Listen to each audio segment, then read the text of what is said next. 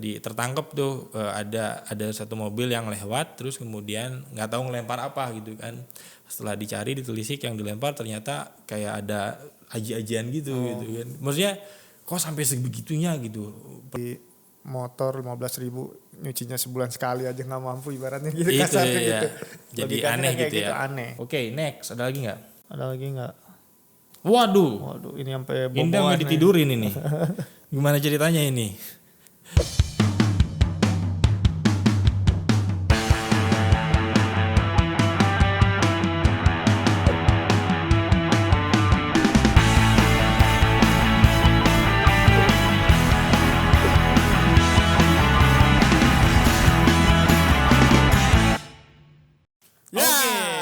Spasiba.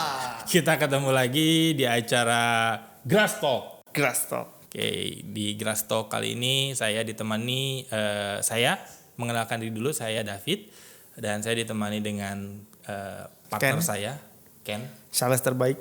Sales terbaik, yang sering ketemu mukanya mungkin sering nampang. Kalau Ken ini memang cukup lumayan narsis yang kedua dari yang sales yang sebelumnya.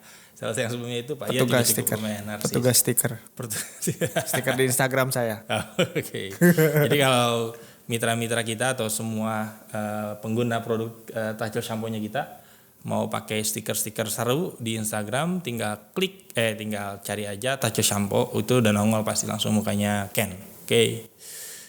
Ya, hari ini kita mau bahas apa nih, Pak? Bahas yang rame-rame. Banyak Bahas pertanyaan di Instagram, di YouTube. Kita bahas yang rame-rame aja. Oke. Mulai mungkin dari mana ya? Ya, mulainya enaknya dari gini deh. Kita bahas perbedaan tempat cuci. Oke, seru-seru tuh perbedaan tempat cuci yang ada cuci di luar negeri. Di luar negeri sama di Indonesia. Biar ada perbandingan ya. Betul. Biar ada komparasi, biar ada juga ilmu yang bisa kita dapat. Betul. Perbandingannya. Nah, sejauh pengetahuan lu gimana tuh Ken perbedaannya kalau di luar negeri sama di Indonesia? Kan lu pernah sempat juga kan ke Rusia. Kan saya pernah dikirim sama Pak Bos besar untuk mempelajari cucian di sana. Sip, gimana? Ternyata cucian di sana itu rata-rata kebanyakan self service. Cuci sendiri. Iya, cuci sendiri, dan sekalinya ada tukang cuci juga pencucinya itu kan orang sepuh semua. Kayak gitu, yang diberdayakan itu kan orang tua, nenek-nenek, kakek-kakek. Jadi bukan gitu. Usia produktif malah ya. Bukan mereka yang mungkin ada kaitannya juga dengan rasio tingkat kelahiran di negara sendiri. Cuman memang kalau dilihat di sana kebanyakan malah yang produktif mereka nyuci sendiri. Yang mudah-mudahan nyuci sendiri. Kalau ada pencucian yang dicuciin orang ya pencucinya itu kakek-kakek, nenek-nenek. Oke. Dan itu kan membuktikan kemudahan mencuci mobil di sana itu seperti apa, gitu ya? Cuci kendaraan seperti apa. Keren. Nenek-nenek dan kakek-kakek juga bisa nyuci gitu. Iya. Nggak ribet nyuci mobil tuh. Jadi waktu selama lu berkunjung ke sana tuh, ke dunia sana, maksudnya ke negara sana, itu mobil-mobil yang sekeren apapun pemiliknya, kayak mungkin kalau kita ngomongin merek Mercy, kayak Lamborghini dan segala macam, itu beneran dicuci sendiri, Bos? Cuci sendiri. Kagak digosok sama orang lain? Enggak digosok. Dan ya gitu, kalau ya kayak tadi cuciin sama orang juga kan, mau digosok sama nenek-nenek juga gimana. Iya, bener. Tapi kan teknologi di sana kan touchless. Benar. Mudah nyucinya, nggak ribet. Jadi memang sudah terbiasa gitu ya. Banyak sih perbedaannya nyuci di sana sama di sini. Kan di sana nggak dicuci kolongnya, kalau di sini cuci kolongnya. Iya. Memang itu mungkin suatu hal unik. Jadi isu ya sih di sana juga. Ya, kelebihan mungkin di Indonesia kali ya. Iya. Kelebihan Indonesia dan di negara-negara lain yang memberikan pelayanan lebih untuk mencuci bagian kolong ya. Salah satu kelebihan di kita yang mungkin pada saat kita kasih tahu sama orang sana, mungkin buat apa dicuci kolong gitu kan mungkin. Iya, karena di isunya kan kalau pakai sampo apapun, kalau cuci kolong itu dan digosok itu bisa ngilangin anti karat. Jadi rata-rata orang luar sana kan cuci ya cuma dibilas aja, nggak perlu pakai sampo atau apa. Bilas pakai air udah selesai. Bagian bawahnya. Jadi nggak perlu ada penyemprotan sampo lagi. Tapi ya nilai tambah lah kalau misalkan kita tambahin ada hidrolik, itu juga jadi nilai tambah ya. Oke, nah kalau kita lihat tentang perbedaan yang lainnya lagi, misalkan tadi cara cucinya mungkin sendiri, touchless, terus kemudian malah yang usia non produktif di sana yang bekerja sebagai operator cuci sangat berbeda dan jauh terbalik sekali dengan yang ada di kita berarti ya di Indonesia ya. Kalau di Indonesia kalau gue amatin gitu kan, tempat pencucian kebanyakan memang yang masih muda. Terus memang ya tadi ya nilai tambah berikutnya adalah mencuci bagian area kolong dengan cara digosok gitu kan, itu juga menjadi nilai tambah yang dijual di pencucian di Indonesia gitu. Betul. Jadi kalau kita bandingin, saya nggak tahu ya, gue ngelihatnya kayaknya pencucian di kita itu pemilik pengusaha cuci di tempat kita itu yang tidak terlalu begitu ramai. Tempat cucinya mereka itu kelihatannya sangat kalau dibilang tidak terlalu begitu pesat gitu kelihatan kemajuan tempat usahanya ya. Iya, agak monoton gitu. Agak monoton ya kebanyakan. Dan gitu. Terlihat juga mungkin belum tahu sih, kita juga belum tahu apakah di lapangan memang seperti itu adanya. Belum pernah dengar cerita kalau tukang cuci naik haji itu kayaknya nggak ada ya. Ya kalau tukang bubur naik haji ada filmnya sampai 1000 berapa episode gitu. Kalau tukang cuci naik haji belum ada. Kalau tukang cuci naik haji belum ada, Bos. Jadi semoga nanti para tukang cuci juga kita selalu mendukung untuk pasti. Kemajuan dan kesejahteraan para tukang cuci dan juga pemilik usaha biar bisa segera naik haji. Betul. Biar nih yang nonton juga tahu seperti apa sih cucian-cucian di luar negeri itu. Saya udah siapin foto-fotonya. Kita lihat aja yang self service itu kayak gimana dan kita bandingkan dengan cucian Indonesia. Sip. Coba nih kita lihat nih foto-fotonya nih. Coba kita lihat. Nah, oke. Namanya aja lucu-lucu tuh, Brown Bear. Unik ya. Tempat cucinya maksudnya memang dikerjain sendiri ya di sini. Nah, semuanya full touch nih, ibu-ibu yang nyuci. Mobil segede itu pun juga sedan, mobil yang gede segede gini pun juga semuanya nyuci sendiri ya. Ya, mungkin di sini bisa dipelajari sama karos-karos yang ada di sini. Buat jadi inspirasi. Siapa tahu yang ada yang mau bikin self service. Ya, samponya juga kita ada untuk ini self service. Dan memang dipakai ya di sana. Memang dipakai kayak gitu. Modelnya kalau di sini kan emang kelihatannya selangnya juga digantung gitu ya. Kalau di Indonesia, di kita kan kebanyakan semuanya selangnya pada di bawah, kadang suka keseret-seret, gampang rusak. Jadi semuanya digantung. Jadi mau muter 360 derajat pun juga nggak ada masalah kelihatannya. Betul. Dan di sini ada 2 selang, yang satu untuk sampo, yang satu untuk bilas, lebih mudah jadinya.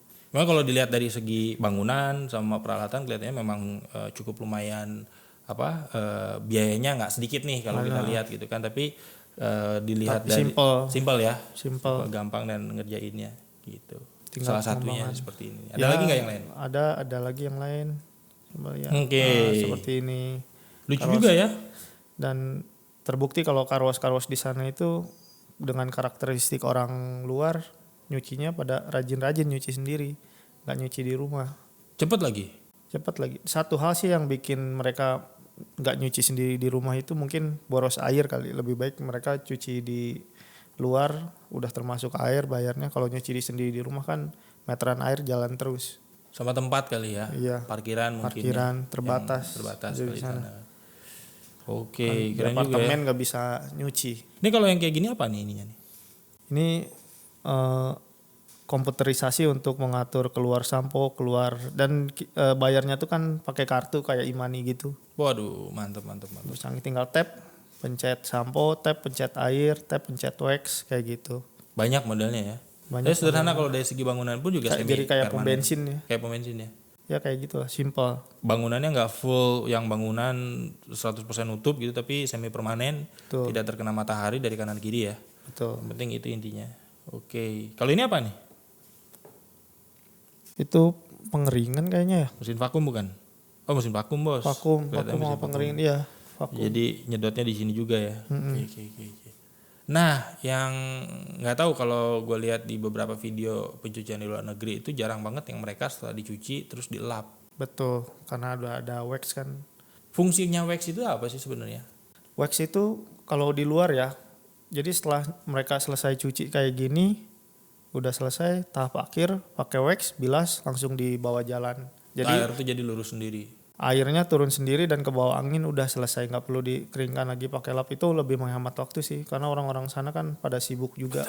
Kayak gitu kan. Kalau di kita kan nyuci setiap Sabtu Minggu, jadi ramenya itu Sabtu Minggu aja pada saat libur keluar dan ngabisin waktu seharian buat nyuci mobil gitu. Kalau di sana kan nyuci bisa setiap hari, nyuci sendiri karena wash and go jadinya. Musimnya juga ada 4 musim kan ya. Betul. Panas, salju, apalagi pas musim salju mungkin. Betul. Pas kesana lagi musim apaan bos? Musim dingin ya. Musim dingin ya kan? Musim dingin. Oke. Next. Hampir dingin. Ada lagi nggak nih? Oh oke. Ini juga konsepnya sama ya, mirip-mirip ya. Sama. Bangunannya semuanya semi permanen. Sama kayak gitu. Bangunannya lebih simpel sih. Simpel, sederhana ya. Udah nggak perlu hidrolik juga karena kan mereka emang nggak pernah cuci kolong. Iya. Intinya itu.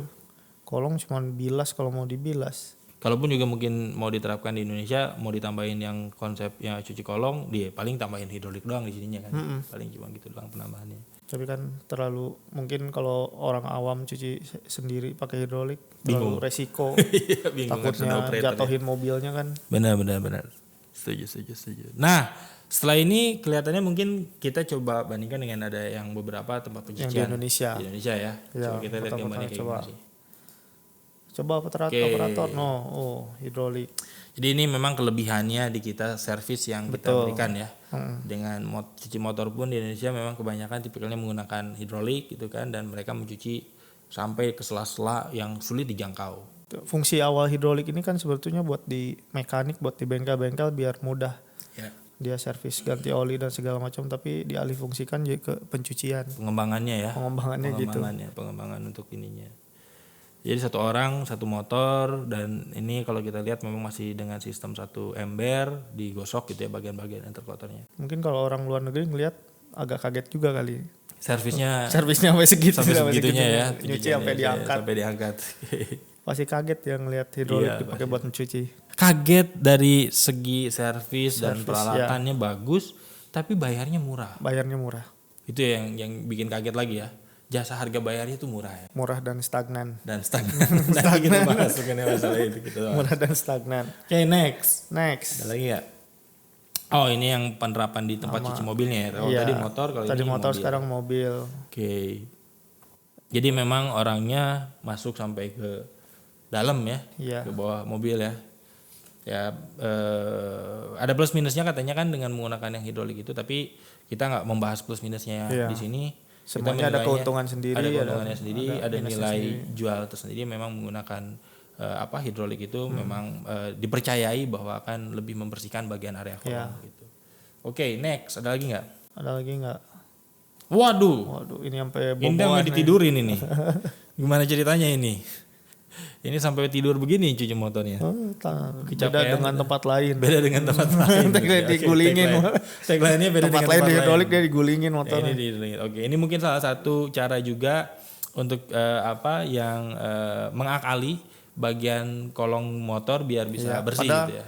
Resiko buat baretnya lebih tinggi ini kayak gini. Ya, ditidurin gitu. Motor knalpot jadi nyangga, jadi pasti penyok ini knalpot nih. Iya. Bengkok. Tapi jarang sih kita lihat yang kayak gini ya. Ya memang ini beda dengan resikonya tempat lain. Resikonya lebih tinggi nih ngerusak motor orang. Memang karena ini beda dengan tempat lain aja, jadinya modelnya kayak begitu ya. Lebih kaget lagi pasti. Jikanya kalau orang makan sehari bisa 3 kali dengan bayar 15.000, masa nyuci motor 15.000 nyucinya sebulan sekali aja nggak mampu, ibaratnya gitu, kasarnya gitu. Jadi aneh gitu ya. Aneh.